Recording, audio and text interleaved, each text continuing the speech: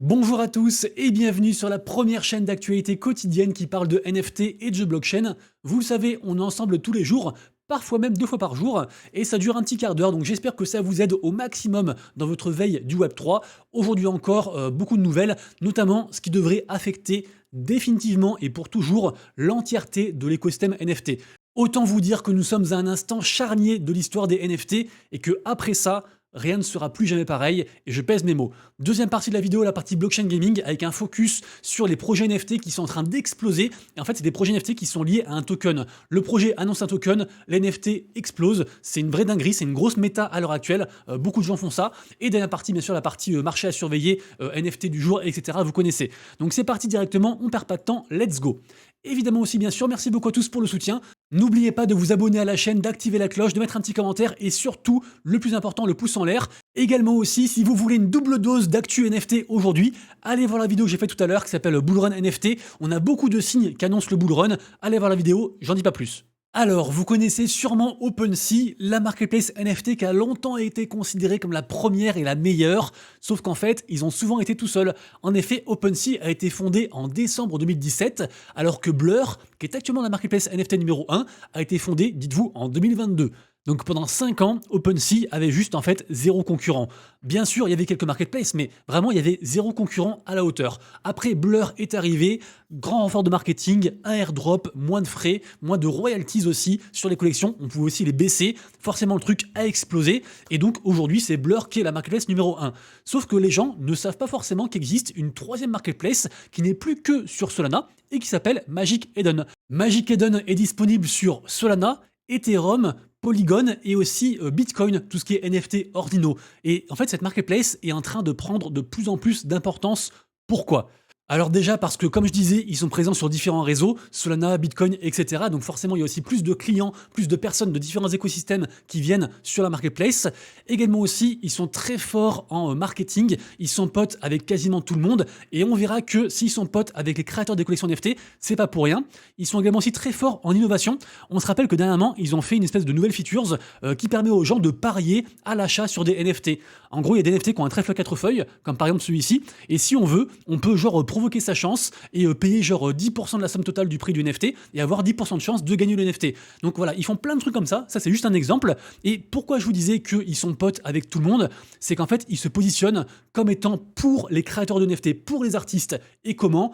Eh bien, c'est très simple, une des choses les plus importantes pour les créateurs de collections NFT et pour les artistes, c'est ce qu'on appelle les royalties. Les royalties, c'est un truc qui existait depuis toujours, et en fait, c'est une petite partie de la somme totale du NFT qui est redonnée en fait au créateur, à l'artiste qui a créé le NFT quand celui-ci est revendu. En général, c'est genre des fois 3%, 5%, des fois même 10%, un peu plus, mais c'est vraiment cette somme qui est prélevée à chaque vente. Pourquoi c'est important ? Eh bah tout simplement parce que l'argent, c'est le nerf de la guerre. Si vous êtes artiste, eh bah vous voulez avoir un salaire, donc ça contribue à votre salaire. Et si vous êtes une grosse collection NFT, vous avez besoin d'argent aussi pour créer des choses, pour construire, pour payer des gens, faire ci, faire ça, voilà, faire des projets, peu importe. Et donc forcément, il faut aussi un apport comme ça d'argent, de liquidité. Et donc, qu'est-ce que veulent les créateurs de collections NFT et les artistes ? Ils veulent une marketplace qui protège ces fameux royalties. Et figurez-vous que jusqu'à il y a encore pas longtemps, OpenSea protégeait ses royalties. Sauf que le truc, c'est qu'ils ont annoncé il y a pas longtemps qu'ils arrêtaient ça. Ils enlevaient le filtre d'obligation qui forçait entre guillemets les gens à payer ces fameux royalties. Pourquoi ils ont fait ça ? Évidemment à cause de Blur, parce que Blur du coup c'est beaucoup moins cher, ça favorise tout ce qui est trader, et en fait ils ont voulu s'aligner, parce que OpenSea ils sont clairement dans la merde. On se rappelle que là ils sont en train de licencier 50% de leur effectif pour faire le fameux OpenSea 2.0. Sauf que là OpenSea, ils étaient les premiers depuis 2017, et ils n'ont jamais été foutus de récompenser la commu, de proposer de nouvelles choses. Ils se sont assis sur leur laurier, et là du coup ils payent le prix, et donc en voulant s'aligner sur Blur pour faire un truc moins cher, ils se sont mis à dos tous les créateurs et les artistes, et qu'est-ce qui est arrivé ? Et ben en fait est arrivée la proposition de Yuga Labs. Yuga Labs, vous le savez, c'est le plus gros acteur au niveau NFT. Ils drive à eux seuls 30% de tous les volumes des NFT au total. Parce que Yuga Labs, ils sont derrière, entre autres, la fameuse collection iconique du monde des NFT, les Bored Ape Club, les singes NFT. Yuga Labs étant eux-mêmes créateurs des NFT et comme on disait du coup premier acteur principal de l'écosystème, forcément ils sont pour les royalties et donc OpenSea avec leur annonce de retrait de ce fameux filtre en fait qui forçait les royalties se sont mis à dos en fait le plus gros géant, à savoir donc Yuga Labs. Contrairement à Magic Eden, qui s'est positionné en tant que protecteur des royalties. Et là, qu'est-ce qui se passe? L'annonce qui va tout changer, et bah Yuga Labs s'associe avec Magic Eden pour faire une prochaine version de Magic Eden qui devrait sortir très bientôt, normalement cette année, fin d'année là, donc d'ici 1 ou 2 mois grand max. Et ce sera donc une marketplace qui va forcer, qui va respecter les royalties.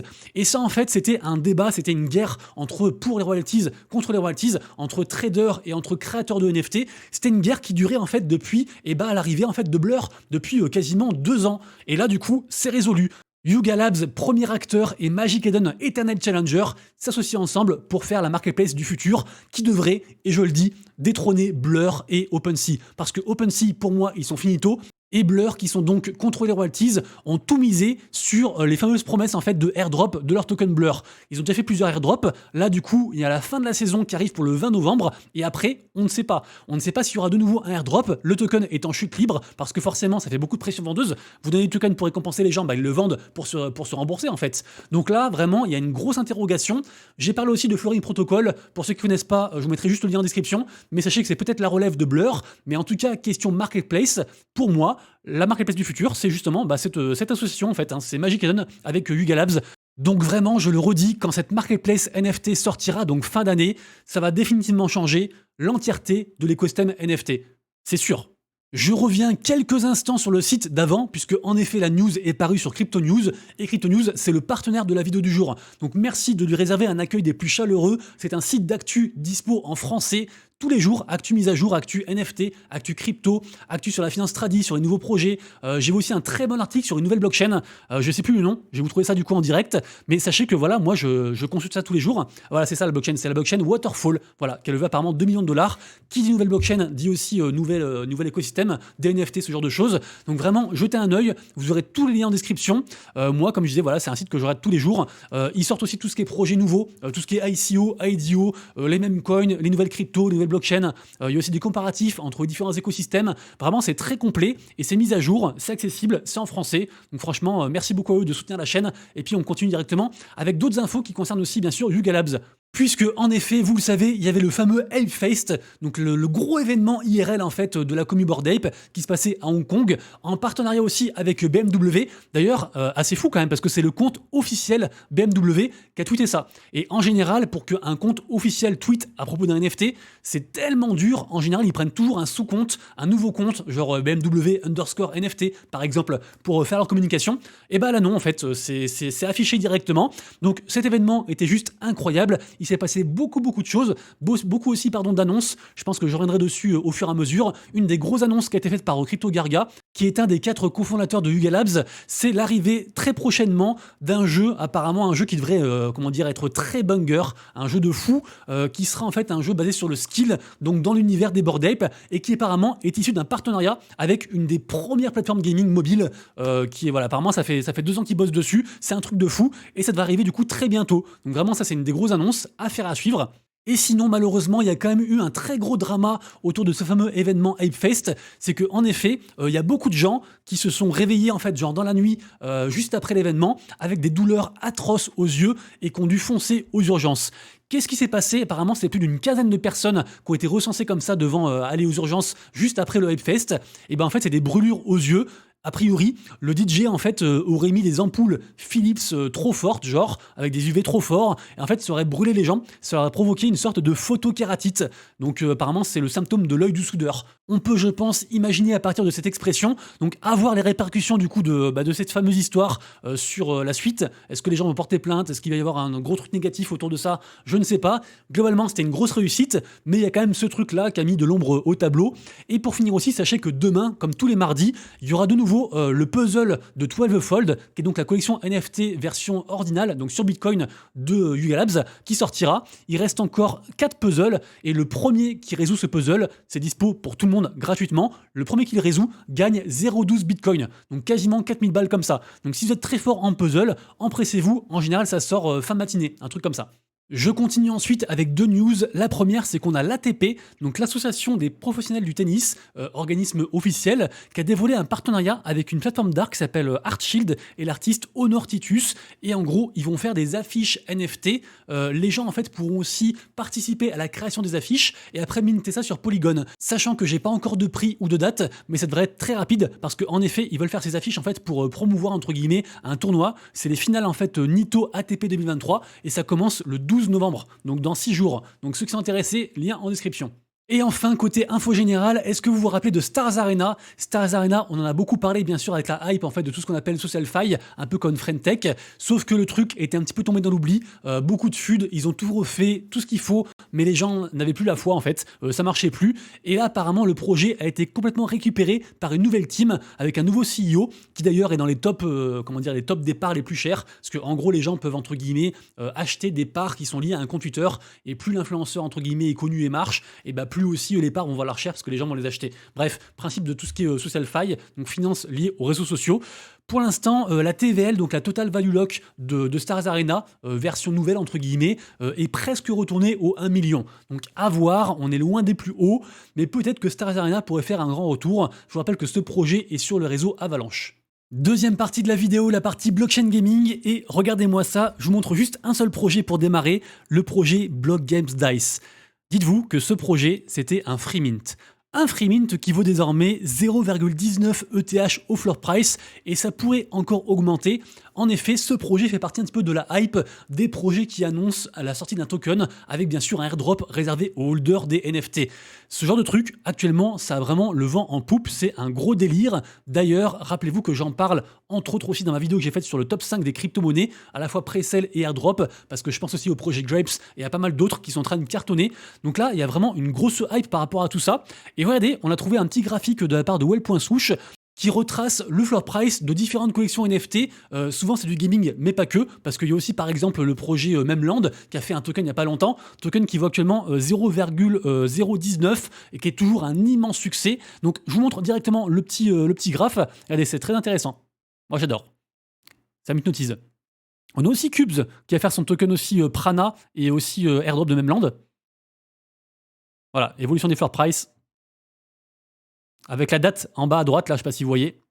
Voilà, en gros, ça c'était l'évolution sur le mois d'octobre. Après, ça prend pas en compte les derniers mouvements ici qui ont beaucoup bougé. Notamment, comme je disais, je pensais aussi à Cubes qui a fait x2, à Yugapass aussi qui a fait x2, Skyborn aussi pareil, qui a bien augmenté Skyborn. Skyborn, c'est un projet, regardez-moi ça.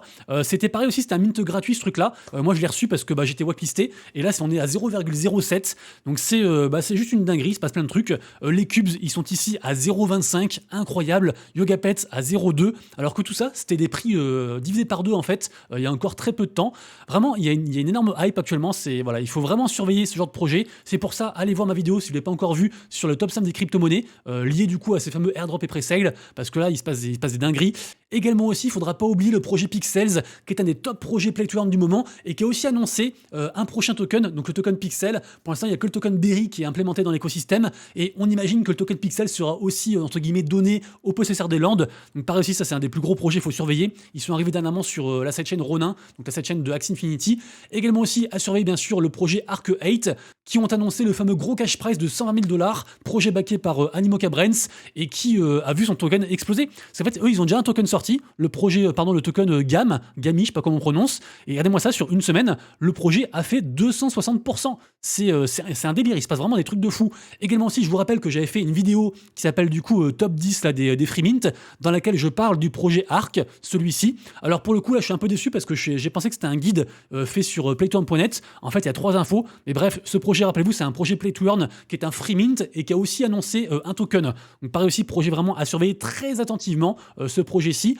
Également aussi pour les petites news, sachez que Fableborn a annoncé aussi un snapshot aujourd'hui, donc c'est trop tard pour aujourd'hui, mais surveillez quand même, parce que le floor price c'est genre 90 matic, et c'est un projet qui a quand même levé, je crois, 7 millions de $, et qui va aussi faire des airdrops différents. Alors c'est pas forcément encore un token, mais pas mal de choses à venir. Également aussi, je vous rappelle que sur mon Discord, il y a également aussi une offre gratuite avec Lootrush, c'est un partenariat. En gros, tous les gens qui louent gratuitement et qui retournent un NFT, ils vont avoir 5 $ gratuits sur leur compte. Tous les détails sont dans mon Discord. Je précise bien sûr Discord aussi gratuit, ouvert à tous. Et également aussi ceux qui font ça, ils participent à un plus gros giveaway avec 100 $ de NFT à gagner. Donc rejoignez Discord, participez, ça mange pas de pain.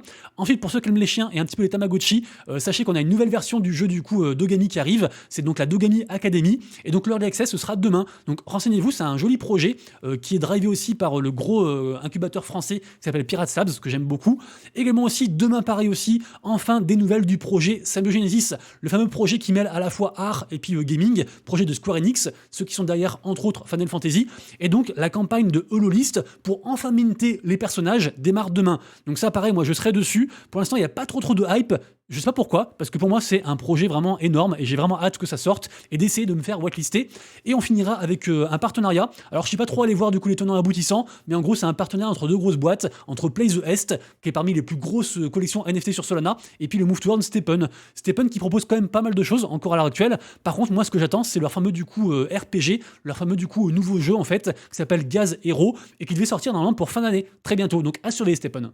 Nous arrivons à la dernière partie de la vidéo. J'espère d'ailleurs que la vidéo vous a plu. C'est le cas, petit pouce en l'air, n'oubliez pas. Merci à tous. Il n'y aura pas de partie marché aujourd'hui parce que j'ai déjà fait une vidéo tout à l'heure qui s'appelle donc Bull Run NFT. Je suis très bullish sur ce qui se passe actuellement. Aujourd'hui, petit retracement, mais globalement, la figure, comment dire, macro est incroyable. Il se passe plein de trucs. On a des très belles victoires sur plein de collections NFT. Donc évidemment, vous verrez un petit peu les mints que je partage. Vous aurez le lien en description du coup sur mon compte Twitter et puis donc sous la vidéo ici. Pas mal de mints intéressants aujourd'hui, notamment artistiques, mais surtout à surveiller bien sûr toujours les collections Memland. Memland, on se rappelle que c'est les collections qui sont liées au token MEM, dont j'ai beaucoup parlé, et on se rappelle également aussi que chaque NFT contient encore du token MEM. Alors certes, le prix peut dégringoler, mais actuellement, au floor price, un NFT Captains, ça vaut 4,69 ETH, et ça contient 9 ETH de Memcoin à 0,019.